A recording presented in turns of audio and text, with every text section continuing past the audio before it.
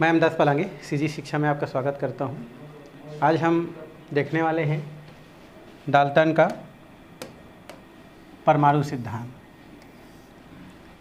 Dalton एक ऐसे वैज्ञानिक थे जिन्होंने द्रव्य की जो संरचना है, उसके अलावा तत्व है, यौगिक है, मिश्रण है, उसके अलावा हम लोग रासायनिक संयोग के नियम पढ़े हैं, इसको सरल ढंग से, तर्कपूर्ण ढंग से समझाने के लिए अपना एक क्या दिया, सिद्धांत दिया, जिसे हम डाल्टन का क्या कहते हैं, सिद्धांत कहते हैं या सिद्धांत कहा जाता है। वैसे तो डाल्टन ने सबसे ज़्यादा फोकस जो है द्रव्य की जो संरचना है उसको समझाने के लिए दिया गया है ना। उसके अलावा तत्व यौगिक को भी हम लोग बोल सकते हैं, तो वो क्या कहलाता है, आपका डाल्टन का सिद्धांत कहलाता है। और ये जो डाल्टन का सिद्धांत है, इसके कुछ यहाँ पर कुछ तथ्य जो है पॉइंट वाइज क्या किया गया है, दिया गया है, जिसमें डाल्टन ने अपने सिद्धांत को क्या किया है, समझाने का प्रयास किया है। जिसमें पहला ये दिया गया है कि कोई भी जो द्रव्य होता है, द्रव्य मतलब जो पदार्थ होता है, ये बहुत सारे छोटे छोटे कणों से मिलकर क्या होता है, बना होता है, जिसे हम क्या कहते हैं, परमाणु कहते हैं। ये इसका क्या है, पहला सिद्धांत है ना। ये जैसे लिखा है कि द्रव्य मतलब पदार्थ बहुत सारे छोटे छोटे कणों से मिलकर बना होता है, जिन्हें हम क्या कहते हैं, परमाणु कहते हैं। ये इसका पहला सिद्धांत है भाई। दूसरा, ये जो हमारे क्या होते हैं, जो परमाणु होते हैं, ये परमाणु एक तत्व में जो एक तत्व होता है, उनमें जो भी परमाणु होते हैं वो सब क्या होते हैं, एक समान होते हैं। अर्थात एक तत्व के अंदर जितने भी परमाणु होते हैं उसकी आकृति, आकार, द्रव्यमान है ना, गुण, ये सब क्या होते हैं, समान होते हैं। तो ये हमारा इस सिद्धांत का क्या होता है, दूसरा महत्वपूर्ण बातें हैं कि एक जो तत्व है, मान लो हमारा क्या है, कार्बन ही है, तो कार्बन के अंदर पाए जाने वाले जो क्या होते हैं, परमाणु होते हैं, वो सब क्या होते हैं, समान होते हैं। मतलब इसके अंदर जो भी परमाणु होगा उसकी संरचना, उनका गुण, उनका आकार सब क्या होता है, समान होता है। ये भी डाल्टन ने अपने थ्योरी में क्या किया है, बताया है। थर्ड, अगर हम बात करें तो अलग अलग तत्व है, मान लो एक कार्बन है और एक क्या ले लेते हैं, ऑक्सीजन लेते हैं, तो कार्बन में उपस्थित जो तत्व का द्रव्यमान और ऑक्सीजन में उपस्थित जो तत्व का द्रव्यमान होता है, उन दोनों में क्या होता है, भिन्नता होता है। मतलब अलग अलग तत्वों के जो क्या होते हैं, परमाणु होते हैं, उस परमाणु में क्या होता है, या उनके परमाणु जो द्रव्यमान होता है या परमाणु होता है, उनमें क्या होती है, भिन्नता पाई जाती है। कहने का मतलब ये है कि कार्बन के अंदर जो परमाणु होता है उनमें अलग गुण होगा, अलग संरचना होगा।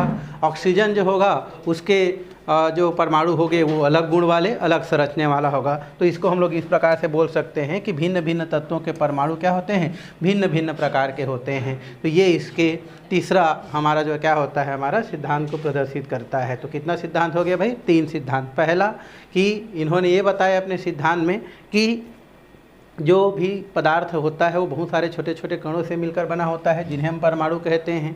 कोई भी जो तत्व होता है ना, उस तत्व में जो भी हमारा क्या होता है, परमाणु होता है, वो क्या होता है, संरचना, आकार की दृष्टि से समान होता है। अगर हम एक से अधिक क्या लेते हैं, वहाँ पर तत्व लेते हैं, तो उन तत्वों के जो परमाणु होते हैं उनमें क्या होता है, भिन्नता पाई जाती है। और भी अपने सिद्धांत में इन्होंने बोला है कि परमाणु का सबसे जो क्या होता है, जो छोटा भाग होता है, परमाणु द्रव्य का सबसे क्या है, छोटा भाग है। तो उसको हम लोग पहले बोल चुके हैं, किसी भी पदार्थ का सबसे जो छोटा भाग होता है वो क्या कहलाता है, आपका परमाणु कहलाता है।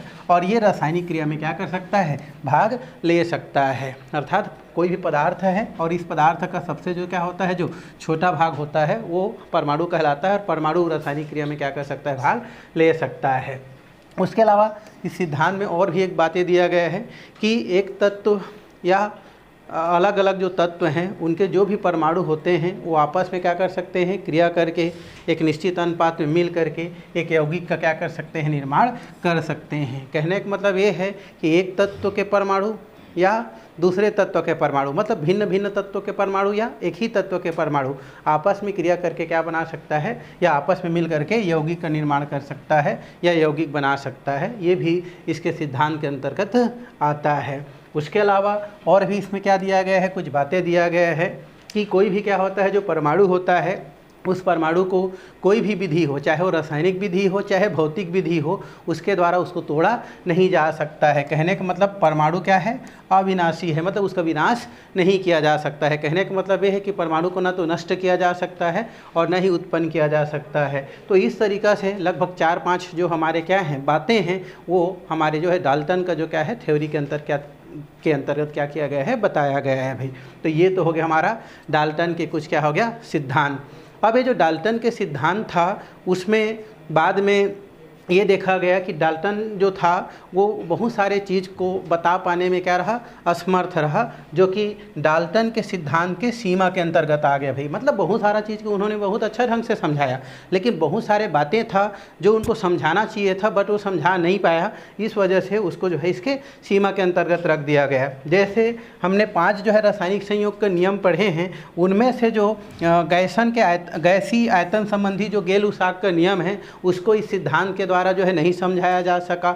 इस वजह से ये जो सिद्धांत है वो जो है थोड़ा सा जो है आपको क्या बोल सकते हैं, गलतियों के वजह से ये सिद्धांत लगभग जो है हम बोल सकते हैं फ्लॉप हो गया बोल सकते हैं, या इनका सिद्धांत जो है गलतियाँ आने की वजह से नया सिद्धांत की एक उत्पत्ति की संभावना बन गया। ठीक है, तो पहला इन्होंने गैस के जो आयतन संबंधी नियम है उसको समझाने में असमर्थ रहा।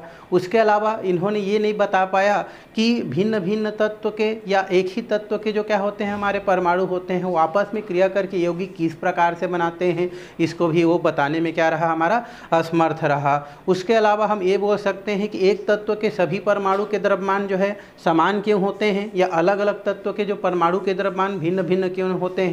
तो इसका एक स्पष्ट कारण जो है जो डाल्टन का जो क्या था सिद्धांत था उसको बताने में असमर्थ रहा, और इस वजह से एक नया सिद्धांत की उत्पत्ति है ना किया गया। क्यों? क्योंकि इस सिद्धांत में बहुत सारे क्या आ गए, सीमा आ गया, और इस सीमा को दूर करने के लिए आगे एक और सिद्धांत दिया गया, जिस सिद्धांत को हम क्या बोलते हैं, आधुनिक परमाणु सिद्धांत या आधुनिक परमाणु धारणा के नाम से जानते हैं। ये सिद्धांत क्यों आया, ये धारणा क्यों आया? क्योंकि हमारा जो डाल्टन का परमाणु सिद्धांत था उसमें बहुत सारी क्या थी, कमियां थी, कुछ सीमाएं थी, और उन सीमाओं को दूर करने के लिए है ना एक नया सिद्धांत आया जिसे हम क्या बोलते हैं, आधुनिक सिद्धांत या मॉडर्न एटॉमिक थ्योरी के नाम से जानते हैं। इस थ्योरी को देने का श्रेय बहुत सारे वैज्ञानिक को गया, जैसे सर जे थॉमसन है हमारा, है ना, सर जे थॉमसन, ये आगे हम लोग इसके बारे में पढ़ेंगे, थॉमसन था। उसके अलावा हमारा चैडविक थे, ऐसे कुछ वैज्ञानिक थे, है ना, रदरफोर्ड, ऐसे कुछ वैज्ञानिक थे जिन्होंने जो है डाल्टन के जो परमाणु सिद्धांत में कमी था उसको दूर करते हुए अपना एक सिद्धांत दिया जिसे हम क्या बोलते हैं, आधुनिक परमाणु सिद्धांत के नाम से जानते हैं। और इस सिद्धांत में क्या क्या बातें हैं उसको हमको आगे क्या करना है, समझना है। पहला ये है कि परमाणु क्या है, अविभाज्य नहीं है। परमाणु अविभाज्य नहीं है कहने का मतलब ये था कि डाल्टन ने बोला था कि परमाणु क्या है हमारा, अविभाज्य है। अविभाज्य है मतलब सबसे छोटा है जिसको तोड़ नहीं सकते हैं, ऐसा कहना किसका था, डाल्टन का था। लेकिन आधुनिक धारणा वाले जो हमारे वैज्ञानिक थे उनका कहना था कि नहीं, परमाणु अविभाज्य नहीं है, अर्थात परमाणु को क्या किया जा सकता है भाई, तोड़ा जा सकता है। और हम जानते हैं कि परमाणु को कितने भागों में तोड़ दिया गया है, फिलहाल 3 भागों में तोड़ दिया गया है, जिसको हम लोग क्रमशः प्रोटॉन, न्यूट्रॉन और क्या बोलते हैं, इलेक्ट्रॉन बोलते हैं। और भी होते हैं, कण, माजिस्ट्रॉन होता है, लेकिन मुख्यतः हम लोग 3 को पढ़ते हैं। तो पहले सिद्धांत जो था उसमें ये बोला जाता था कि परमाणु को तोड़ नहीं सकते हैं, लेकिन अभी वाला सिद्धांत बोलता है कि नहीं, हम परमाणु को क्या कर सकते हैं, तोड़ सकते हैं, अर्थात वो अविभाज्य नहीं है, मतलब तोड़ा जा सकता है। और तोड़ के बताया गया है भाई परमाणु 3 भागों में टूट गया है, इलेक्ट्रॉन, प्रोटॉन और न्यूट्रॉन। तो ये हमारा पहला इस सिद्धांत का क्या है, हमारा पहला भाग है, जो कि हमारा डाल्टन के परमाणु सिद्धांत को सुधार को क्या किया गया है, दिया गया है। दूसरा अगर हम बात करें तो दूसरा दिया है, एक ही तत्व के सभी परमाणु एक समान नहीं हो सकते हैं। मतलब ये बोल सकते एक ही तत्व के सभी परमाणु एक समान जो है नहीं हो सकते हैं, मतलब उसका जो भार है वो एक समान नहीं हो सकता है। कहने का मतलब ये है कि एक ही तत्व के जितने भी परमाणु होते हैं उनका भार समान नहीं हो सकता है, या हम ये बोल सकते हैं कि एक ही तत्व के जो भी हमारे परमाणु हैं वो समान नहीं हो सकते हैं, है ना। पहले वाला क्या बोलता था कि एक तत्व के सभी परमाणु जो होते हैं उसका भार होते हैं, भार की दृष्टि से हो या द्रव्यमान की दृष्टि से हो या आकार की दृष्टि से हो, सब समान होते हैं। आधुनिक धारणा ये कहता है कि नहीं, वो समान नहीं हो सकते। क्यों? क्योंकि प्रकृति में कुछ तत्व ऐसे होते हैं जिनके क्या होते हैं, समस्थानिक होते हैं। समस्थानिक होते हैं मतलब समस्थानिक क्या होता है भाई, जिनका परमाणु क्रमांक समान होता है लेकिन भार क्या होता है, अलग अलग होता है। जैसे कार्बन होता है, कार्बन के हमारे 3 समस्थानिक हैं। तो इस स्थिति में हम लोग जो है ये नहीं बोल सकते हैं कि सभी तत्व या एक ही तत्व के सभी परमाणु जो है भार की दृष्टि से क्या होता है, समान होता है या उनके परमाणु समान होता है, हम लोग नहीं बोल सकते। क्यों? क्योंकि समस्थानिक होते हैं, उसमें एक ही तत्व के सभी परमाणु में क्या हो जाता है, परिवर्तन आ जाता है। तो इस तरीक़ा से हम क्या कर सकते हैं, बता सकते हैं कि एक ही तत्व के सभी जो क्या होते हैं परमाणु होते हैं वो समान नहीं होते हैं। पहले वाला बोलता था समान होते हैं, लेकिन ये क्या बोलता है, समान नहीं होते हैं। क्यों? क्योंकि समस्थानिक के परमाणु क्या होते हैं, अलग अलग होते हैं। तो ये हमारा कितना पॉइंट हो गया, 2 पॉइंट। थर्ड पॉइंट की बात करें तो भिन्न भिन्न तत्वों के परमाणु द्रव्यमान क्या हो सकते हैं, समान हो सकते हैं, है ना। पहले क्या बोला, इससे पहले पढ़े हो, एक तत्व के परमाणु द्रव्यमान या परमाणु भार समान नहीं हो सकते। ये क्या बोल रहा है, भिन्न भिन्न तत्वों के परमाणु द्रव्यमान समान हो सकते हैं। भाई बिल्कुल हो सकते हैं। भिन्न भिन्न तत्वों के परमाणु द्रव्यमान, इसको हम लोग बोलते हैं समभारिक। समभारिक का मतलब क्या होता है, जिनका परमाणु भार क्या होता है, समान होता है। परमाणु भार या परमाणु द्रव्यमान क्या होता है, समान होता है, लेकिन क्रमांक क्या होता है, भिन्न भिन्न होता है। तो कहने का मतलब ये है कि अलग अलग हमारा क्या है, हमारा तत्व है, एक तत्व अलग है, एक तत्व अलग है, एक तत्व अलग है, लेकिन सबका जो क्या होता है, हमारा जो द्रव्यमान है क्या होता है, समान होता है। तो उस स्थिति में हम क्या बोलते हैं, उसको समभारिक बोलते हैं। तो इसलिए बोला गया है भिन्न भिन्न तत्वों के परमाणु द्रव्यमान समान हो सकते हैं। तो ये अलग अलग तत्व है, लेकिन सभी का हमारा जो परमाणु द्रव्यमान क्या होता है, समान होता है। जैसे अगर हम बात करते हैं आर्गन का, उसके बात करते हैं पोटेशियम का और कैल्शियम का, तो देखो ये हमारा तीनों क्या है, अलग अलग तत्व है। इसका परमाणु क्रमांक 18 है, ये हमारा 19 है और ये क्या है 20 है, लेकिन सबका जो हमारा क्या होता है, द्रव्यमान कितना होता है, 40-40 होता है। मतलब अलग अलग तत्व होने के बाद भी उनका द्रव्यमान क्या है, समान है। तो ये बात जो है पहले नहीं बताया गया था। तो बोला था ना कि भिन्न भिन्न तत्वों के परमाणु क्या होते हैं, द्रव्यमान भिन्न भिन्न होते हैं। बट ये सिद्धांत ये कहता है कि नहीं, भिन्न भिन्न तत्वों के परमाणु द्रव्यमान समान हो सकते हैं या समान होते हैं। तो ये हमारा एक और बात हो गया।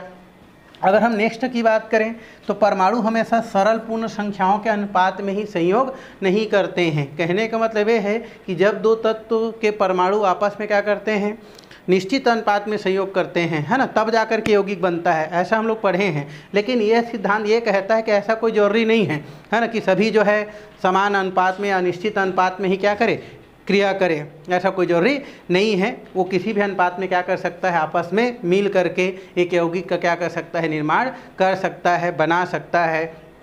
तो इस प्रकार से इसको भी हम जो है आधुनिक सिद्धांत जो होता है उसके अंतर्गत रख सकते हैं। और भी इसके अंतर्गत कुछ बातें दिया गया है आधुनिक धारणा के अनुसार। 5वां है, परमाणु क्या है, अविनाशी नहीं है।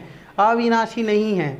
पहले वाला सिद्धांत ये बोला था कि परमाणु क्या है, अविनाशी है, मतलब जिसका विनाश नहीं किया जा सकता है। लेकिन ये सिद्धांत ये कहता है कि परमाणु अविनाशी नहीं है, मतलब इसका विनाश किया जा सकता है। क्यों? क्योंकि कोई भी परमाणु जब क्या होता है, हमारा जो है देखते हैं जैसे रेडियो एक्टिव कुछ हमारा क्या होता है, तत्व के परमाणु होते हैं, वो क्या करते हैं, हमारा अल्फा बीटा और क्या होता है, गामा किरण क्या करता है, उत्सर्जित करता है। और ये क्या हो जाता है, आपका इस रूप में क्या हो जाते हैं, वो मुक्त हो जाते हैं। मतलब परमाणु क्या होता है, विनाशी प्रकृति का होता है। तो इस तरीक़ा से हम क्या कर सकते हैं, इसको क्या कर सकते हैं, बता सकते हैं।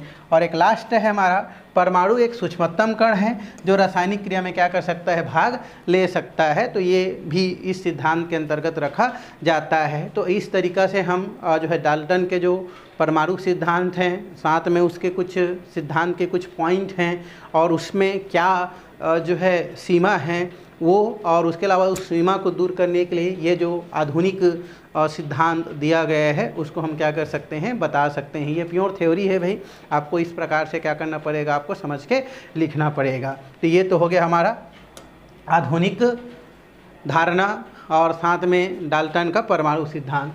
आगे हमको पढ़ना है, ये है परमाणु द्रव्यमान और साथ में पढ़ना है आणविक द्रव्यमान। भाई तो परमाणु द्रव्यमान क्या होता है, तो यहाँ पर वैसे तो परमाणु द्रव्यमान आप जानते हैं, परमाणु द्रव्यमान का मतलब होता है आपका उस परमाणु में उपस्थित प्रोटॉन की संख्या और न्यूट्रॉन की संख्या का जो योग होता है उसी से क्या किया जाता है, परमाणु द्रव्यमान क्या किया जाता है भाई, निकाला जाता है। ठीक है, परमाणु द्रव्यमान निकालते हैं, ये हम लोग जानते हैं या पढ़े हैं या आगे हम लोग पढ़ने वाले हैं। तो कोई भी परमाणु का परमाणु द्रव्यमान उस परमाणु में उपस्थित प्रोटॉन की संख्या और हमारा जो इलेक्ट्रॉन की जो न्यूट्रॉन की जो संख्या होता है उनके योग कर देने से परमाणु द्रव्यमान निकल जाता है। तो इसकी हम चर्चा करेंगे। फिलहाल हम लोग जो है थोड़ा सा और बात क्या करते हैं यहाँ पर करते हैं। तो ये जो परमाणु द्रव्यमान होता है, वैसे आप जानते हैं कि जो परमाणु होता है ये परमाणु बहुत ही क्या होता है, हमारा सूक्ष्म कण होता है। और परमाणु का द्रव्यमान निकाल पाना वैसे हम बोलें तो बहुत ही क्या है, हमारा मुश्किल काम है। लेकिन आजकल हम क्या कर चुके हैं, इसके खोज कर चुके हैं जिससे हम परमाणु का द्रव्यमान क्या कर सकते हैं, ज्ञात कर सकते हैं। लेकिन आधुनिक जो क्या था हमारा युग में तो हम लोग खोज कर सकते हैं, लेकिन पुराने जो क्या था हमारे युग था उस समय हमारे पास उतना साधन जो है उपलब्ध नहीं था। इस वजह से उस समय परमाणु के जो परमाणु द्रव्यमान है उसको निकालने में बहुत ही क्या था, परेशानी होता था। तो उस समय परमाणु द्रव्यमान को निकालने के लिए एक मानक मान लिया जाता था और उसके आधार पर ही परमाणु द्रव्यमान क्या किया जाता था, निकाला जाता था। जैसे सबसे पहले जो है परमाणु द्रव्यमान को निकालने के लिए हाइड्रोजन का जो हमारा द्रव्यमान था उसको मानक मान लिया गया। क्यों? क्योंकि उस समय हाइड्रोजन ही सबसे क्या था, हल्का था, इसलिए हाइड्रोजन को ऐसे मानक रूप में एक द्रव्यमान मान लिया गया। एक हाइड्रोजन को कितना मान लिया गया, एक द्रव्यमान मान लिया गया और इसी के आधार पर बाकी तत्वों का जो है द्रव्यमान निकाला गया। कुछ समय के पश्चात लगा कि द्रव्यमान निकालने के लिए हाइड्रोजन जो है उतना उपयुक्त नहीं है, तो बाद में फिर ऑक्सीजन को क्या माना गया, आधार माना गया। ऑक्सीजन को आधार मानने के पश्चात ऑक्सीजन के जो भी द्रव्यमान था उसके बेसिस पर बाकी तत्वों का क्या किया गया, आपका परमाणु द्रव्यमान निकाला गया।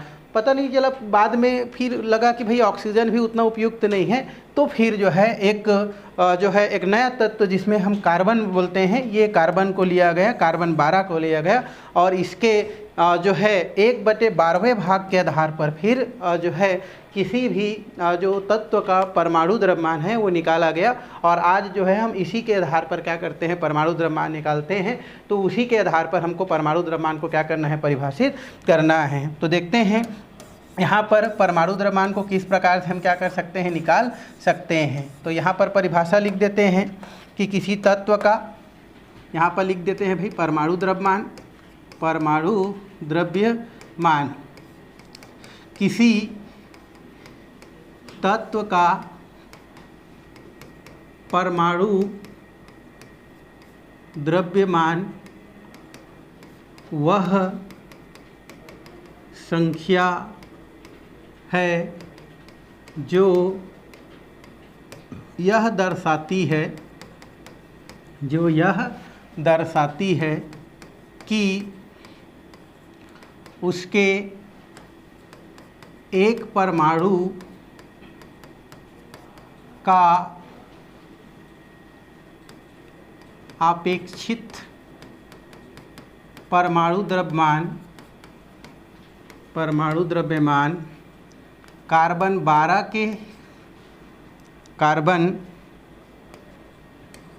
12 परमाणु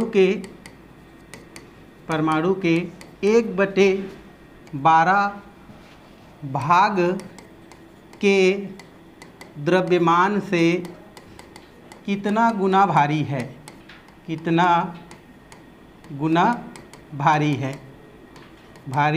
है। और इसे लिख सकते हैं किसी परमाणु का अपेक्षित परमाणु द्रव्यमान इक्वल टू परमाणु का औसत परमाणु द्रव्यमान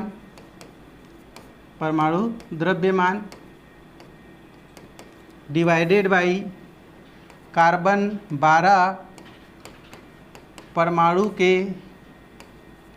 1/12वें भाग का द्रव्यमान।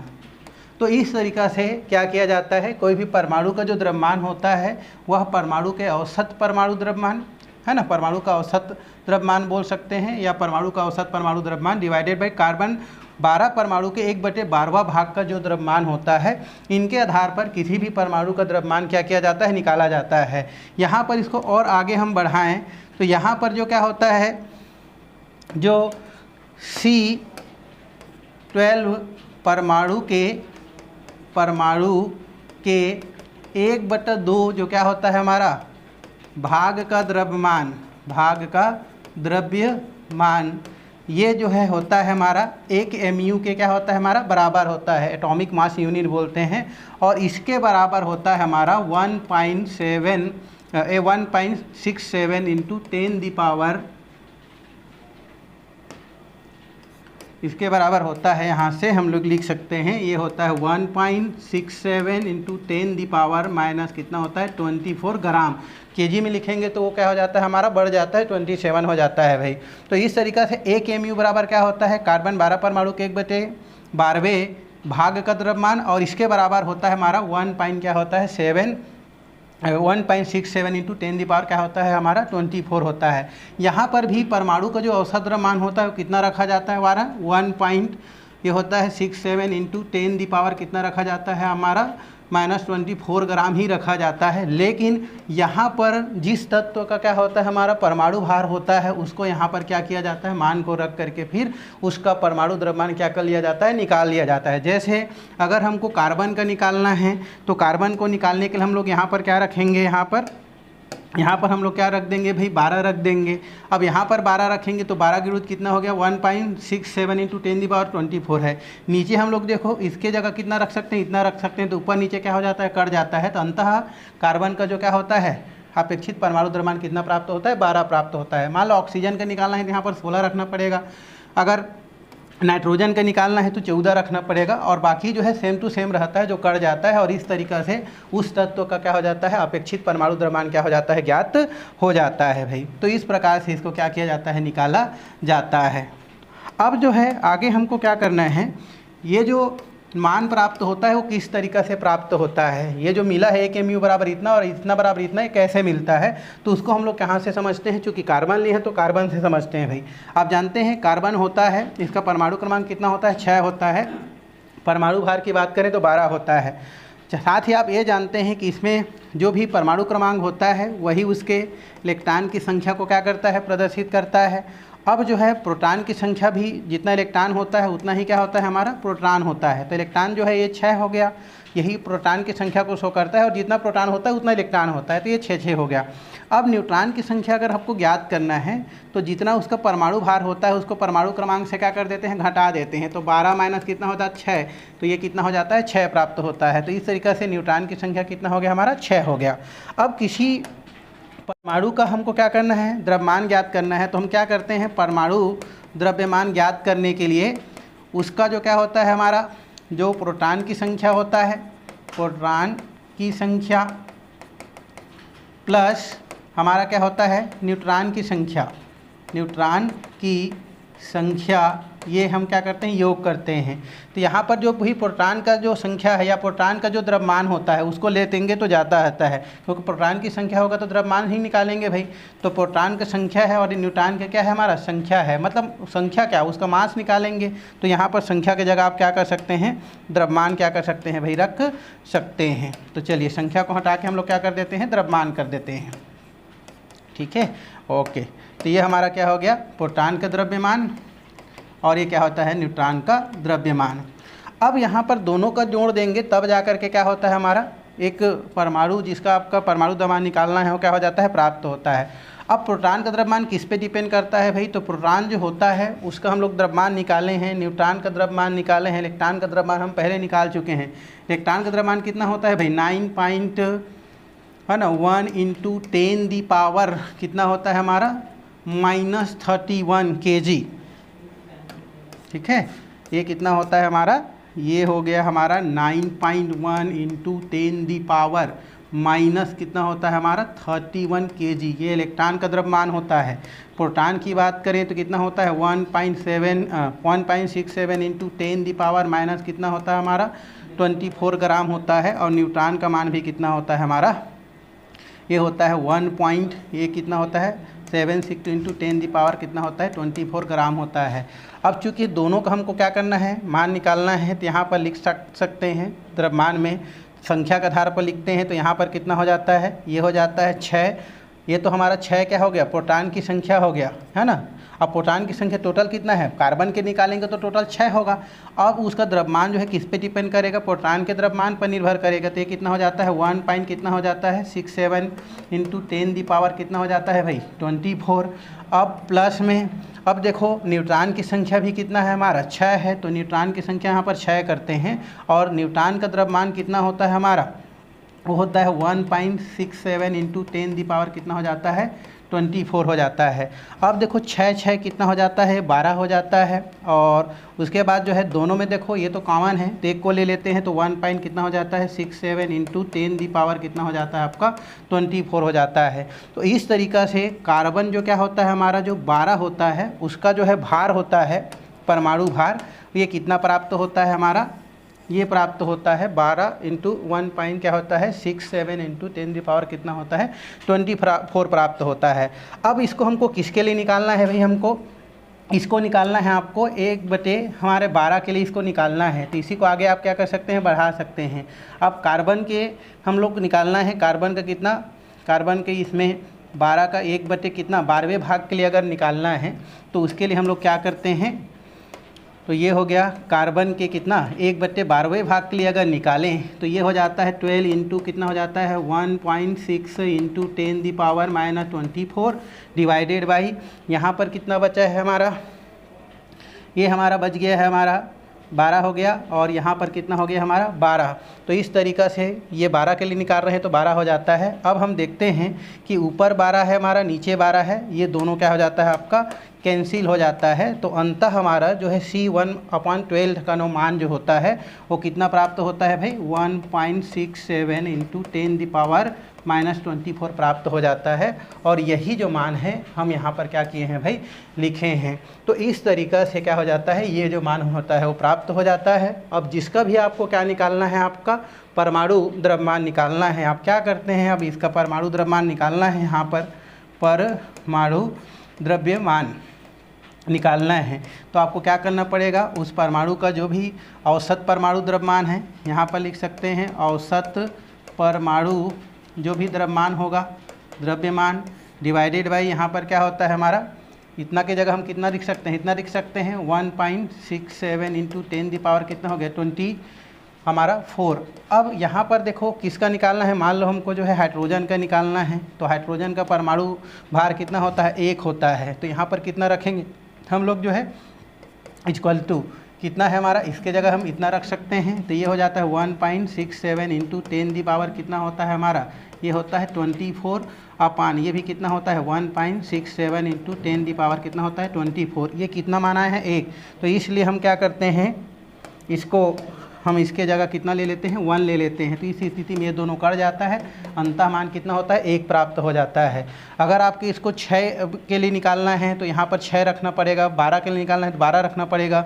मान लो इसको 14 के लिए निकाल रहे हो आप, नाइट्रोजन के लिए निकाल रहे हैं, तो यहाँ पर क्या करते हैं आप, यहाँ पर कितना रख देते हैं 14 रख देते हैं 14, ठीक है। ये हमारा कितना हो गया 14 इंटू कितना होगा, ये फिर कर जाएगा तो कितना हो जाएगा ये 14 प्राप्त हो जाता है। तो इस तरीक़ा से किसी भी तत्व का परमाणु द्रव्यमान ज्ञात किया जाता है भाई। ये भी निकाले हैं वो परमाणु द्रव्यमान ही है, लेकिन वो किसका है हमारा एक परमाणु का है, लेकिन उसके सामने में उसका परमाणु भार लिखने जाना पड़ता है, ये कार्बन का है। तो ये दोनों का मान लगभग सेम होता है, खाली आपको जो जिस तत्व का निकालना है, ऑक्सीजन का निकालना है तो 16 रखना पड़ेगा, है ना। अगर कैल्शियम का निकालना है तो 20 रखना पड़ेगा, और बाकी ये सेम टू सेम होता है, ऊपर नीचे कट जाता है और अंततः उस परमाणु का क्या हो जाता है, परमाणु द्रव्यमान क्या हो जाता है, ज्ञात हो जाता है। तो इस तरीक़ा से जो परमाणु द्रव्यमान है वो क्या किया जाता है, ज्ञात किया जाता है भाई, है ना। तो यहाँ पर भी देख रहे हैं औसत परमाणु द्रव्यमान लिखा है, उसका मतलब इतना ही होता है, लेकिन जिसका निकालना है उसका परमाणु द्रव्यमान जो भी होता है उसका परमाणु भार जो होता है उसको सामने लिख करके भाग देना पड़ता है। तो ये हो गया हमारा क्या, परमाणु द्रव्यमान। अब हमको देखना है आणविक द्रव्यमान, ठीक है। तो चलते हैं आणविक द्रव्यमान, लेकिन आणविक द्रव्यमान को देखने से पहले थोड़ा सा हम बात करते हैं औसत परमाणु द्रव्यमान। औसत परमाणु द्रव्यमान क्या होता है, जैसे अभी आपको मैं बताया कि प्रकृति में कुछ जो तत्व हैं, जैसे हम कार्बन की ही बात करें, ये प्रकृति में जो है एक से अधिक रूप में पाया जाता है। ये होता है कार्बन 6 और ये 12 हो गया, कार्बन 6 और ये 13 हो गया, कार्बन 6 और ये हो गया हमारा 14 हो गया। तो कार्बन प्रकृति में 3 समस्थानिक के रूप में क्या होता है, पाया जाता है। तो इन तीनों समस्थानिक को हमको देखना है और साथ ही ये देखना है कि वो प्रकृति में इसकी उपलब्धता कितनी है, कितने मात्रा में उपलब्ध रहता है। तो इसमें सबसे ज़्यादा अगर हम देखते हैं तो हमारा जो क्या होता है, हमारा कार्बन होता है, लगभग 98% होता है। और भी होता है भाई, पॉइंट आप लिखना चाहेंगे तो पॉइंट लिख सकते हैं, है ना। तो ये हमारा पॉइंट में कितना होता है, 0 मान लो 335 है, इतना क्या होता है मात्रा में पाया जाता है। अगर हम कार्बन 13 की बात करें तो कार्बन 13 लगभग ये है 1.00 है ना 333 इतना पाया जाता है, मान लो, ठीक है, ये इतना होता है ना, इधर को छोड़ दो 1% होता है। और अगर हम इसकी बात करें तो ये जो होता है ये हमारे प्रकृति में बहुत कम मात्रा में पाया जाता है भाई, लगभग ये हमारा 2 × 10⁻⁻10 बोल सकते हैं या 14 बोल सकते हैं, इतना कम मात्रा में पाया जाता है। तो हमको किसी परमाणु का औसत द्रव्यमान निकालने के लिए क्या करना पड़ता है, हम ये देखते हैं कि वो जो परमाणु हैं उसका औसत द्रव्यमान तभी निकाला जाता है जब वो तत्व प्रकृति में कई रूपों में पाया जाता है। इसलिए जो तत्व प्रकृति में कई रूपों में पाया जाता है उसका ही यहाँ पर औसत परमाणु द्रव्यमान हम क्या करते हैं, ज्ञात करते हैं। जैसे कार्बन की देख रहे हैं, कार्बन जो है प्रकृति में 3 रूपों में क्या होता है, पाया जाता है। तो उनका औसत द्रव्यमान निकालने के लिए उसकी उपलब्धता को क्या किया जाता है, देखा जाता है। और उपलब्धता को देखने के पश्चात उनकी उपलब्धता को क्या कर दिया जाता है, इस प्रकार से 98 हो गया, पॉइंट में क्या है हमारा 00335 हो गया, प्लस यहाँ पर कितना है 1.00 क्या है हमारा 33 है, और प्लस में क्या है 2 × कितना है हमारा, ये हमारा दिया है 2 × जो है × 10⁻, कितना है मान लो 10 दिया गया है। अब यहाँ पर इसका ये तो हमारा उपलब्धता हो गया। उपलब्धता के साथ आपको ये देखा जाता है कि इसका इतना वाला का परमाणु भार कितना है, 12 है, तो ये हो गया 12। इतना वाला का परमाणु भार कितना है हमारा, ये कितना है हमारा 13, और इतना वाला का परमाणु भार कितना है हमारा 14। तो ये सब को देखने के पश्चात ये इतना जो मान रहता है उसको क्या कर देते हैं, जोड़ देते हैं। तो किसको किसको जोड़ेंगे, 12, 13 और 14, और 3 मान भाग ले रहे हैं, मतलब 3 इसके क्या है समस्थानिक है, तो भाग कितना से दे दिया जाता है 3, क्योंकि उसका औसत निकाला जाता है। अब यहाँ पर क्या होता है, देखो ये हो गया 4, 3, 7, 7, 2 कितना हो गया हमारा 9, ये हो गया। उसके बाद 1, 2 और कितना हो गया 3, तो ये हो गया 39, डिवाइडेड बाई कितना हो जाता है हमारा 3। अब 3 को हम लोग क्या करते हैं 39 से काट देते हैं, तो ये आपका, लेकिन 3 बारम कितना होता है 36, 3 बारम 36, तो ये कितना हो जाता है हमारा 12 हो गया, और उसमें कितना बच गया हमारा 3 बारम 36 में 3 बच गया। अब पॉइंट लगा देते हैं तो यहाँ पर क्या हो जाता है आपका 30 हो जाता है, ठीक है। तो यहाँ पर ये चूँकि और पॉइंट है तो यहाँ पर एक और पॉइंट लगा देते हैं, तो इस प्रकार से फिर वो आगे बढ़ते जाता है। तो 3×30 इस प्रकार से बोल सकते हैं। तो लगभग इसका जो मान होता है वो औसत निकालने के पश्चात उसको क्या करते हैं, भाग दे देते हैं, तो इसका ओवरऑल या औसत मान 12 प्राप्त होता है। इसलिए कार्बन परमाणु का जो औसत परमाणु द्रव्यमान वो कितना लिखा जाता है आपका 12 लिखा जाता है। अर्थात औसत परमाणु द्रव्यमान निकालने के लिए हमको क्या करना है, कोई भी जो तत्व है जो प्रकृति में समस्थानिक के रूप में पाया जाता है उनका परमाणु जो भार होता है उसको क्या करना है, देखना है। जितना भी परमाणु भार होता है उसको उतना ही उसके समस्थानिकों की संख्या से भाग दे दिया जाता है, और अंततः उसका परमाणु जो भार द्रव्यमान है या औसत परमाणु द्रव्यमान है वो ज्ञात किया जा सकता है। तो ये हो गया हमारा भाई औसत परमाणु द्रव्यमान। आगे हमको देखना है ग्राम परमाणु द्रव्यमान, लेकिन ग्राम परमाणु द्रव्यमान के जैसा हमारा क्या है आणविक द्रव्यमान, तो इसको हमको क्या करना है, देखना है। तो ये हो गया आणविक द्रव्यमान। आणविक द्रव्यमान क्या होता है, तो आणविक द्रव्यमान जो होता है वो किसी भी यौगिक में, है ना, किसी भी यौगिक में उपस्थित परमाणु भारों का योग, किसी यौगिक में उपस्थित तत्वों के परमाणु भार के योग को, परमाणु भार के योग को क्या बोलते हैं हम लोग, आणविक द्रव्यमान कहते हैं। आणविक द्रव्यमान कहते हैं। अगर आपको आणविक द्रव्यमान निकालने के लिए बोला जाता है तो आपको देखना है कि उस यौगिक में कौन कौन से तत्व है और उन तत्वों का परमाणु भार कितना है। अगर सबको क्या कर दिया जाता है, जोड़ दिया जाता है, तो उस यौगिक का क्या ज्ञात किया जा सकता है, आणविक द्रव्यमान ज्ञात किया जा सकता है। जैसे हम लोग एग्जाम्पल के लिए देखें तो जैसे CH4 दिया है, ठीक है। तो CH4 का हमको आणविक द्रव्यमान निकालना है। तो कौन कौन से तत्व है, तो कार्बन है और हाइड्रोजन है। अब कार्बन का जानते हो परमाणु क्रमांक 6 होता है, लेकिन परमाणु भार कितना होता है भाई, 12 होता है। हाइड्रोजन कितना होता है, 1 होता है, लेकिन इसका संख्या कितना दिया है, 4 दिया है। तो 4 एकम 4 ही लिखते हैं। तो 12 और 4 कितना हो जाता है, 16। तो इस तरीक़ा से ये हमारा जो है मीथेन का जो क्या हो जाता है, परमाणु भार को जोड़ दिया जाए तो इसका आणविक द्रव्यमान क्या किया जा सकता है, प्राप्त किया जा सकता है। अर्थात CH4 का आणविक द्रव्यमान कितना है भाई, 16 है। आप बाकी का भी निकाल सकते हैं भाई, जैसे हम जो है H2 को निकालते हैं, पानी का निकालते हैं। तो देखो पानी में 2 तत्व है। अब हाइड्रोजन का कितना दिया, 1 होता है परमाणु क्रमांक, और 2 दिया है तो 2 हो गया। अब यहाँ पर 2 एकम कितना हो गया, 2, और ऑक्सीजन का कितना होता है, 8 होता है। तो डबल लिखते हैं तो 16 हो जाता है। तो 2 एकम 2 और 2, 16 को जोड़ दिया जाए तो कितना हो जाता है, 18। इस तरीक़ा से पानी का आणविक द्रव्यमान निकाला जाता है। थर्ड, अगर हमको बोल दिया जाए सल्फ्यूरिक अम्ल का क्या निकालना है, आपको आणविक द्रव्यमान निकालना है। तो हाइड्रोजन का 2 दिया है, सल्फर का 16 दूनी कितना होता है, 32 होता है, क्योंकि सल्फर का परमाणु क्रमांक 16 होता है और परमाणु भार 32 होता है। तो 32 हो गया। ऑक्सीजन का परमाणु क्रमांक 8 होता है, लेकिन इसका परमाणु भार 16 होता है। 16 को 4 से गुणा कर दिया जाए इस प्रकार से तो कितना हो जाता है, 16 चौके 64 हो जाता है, ये 32 हो जाता है और साथ में 2 हो जाता है। अब सबको जोड़ दिया जाए तो ये हो गया हमारा 4 2 6, 6 2 कितना हो गया, 8, और 6 3 कितना हो गया, 9। ये 98 उसका अणुभार क्या हो जाता है, प्राप्त हो जाता है। तो इस तरीक़ा से किसी भी यौगिक आणविक द्रव्यमान उसमें उपस्थित तत्वों के परमाणु भार को जोड़ के क्या किया जा सकता है, ज्ञात किया जा सकता है। तो ये छोटी छोटी बातें हैं जिसको आपको जानना है ना।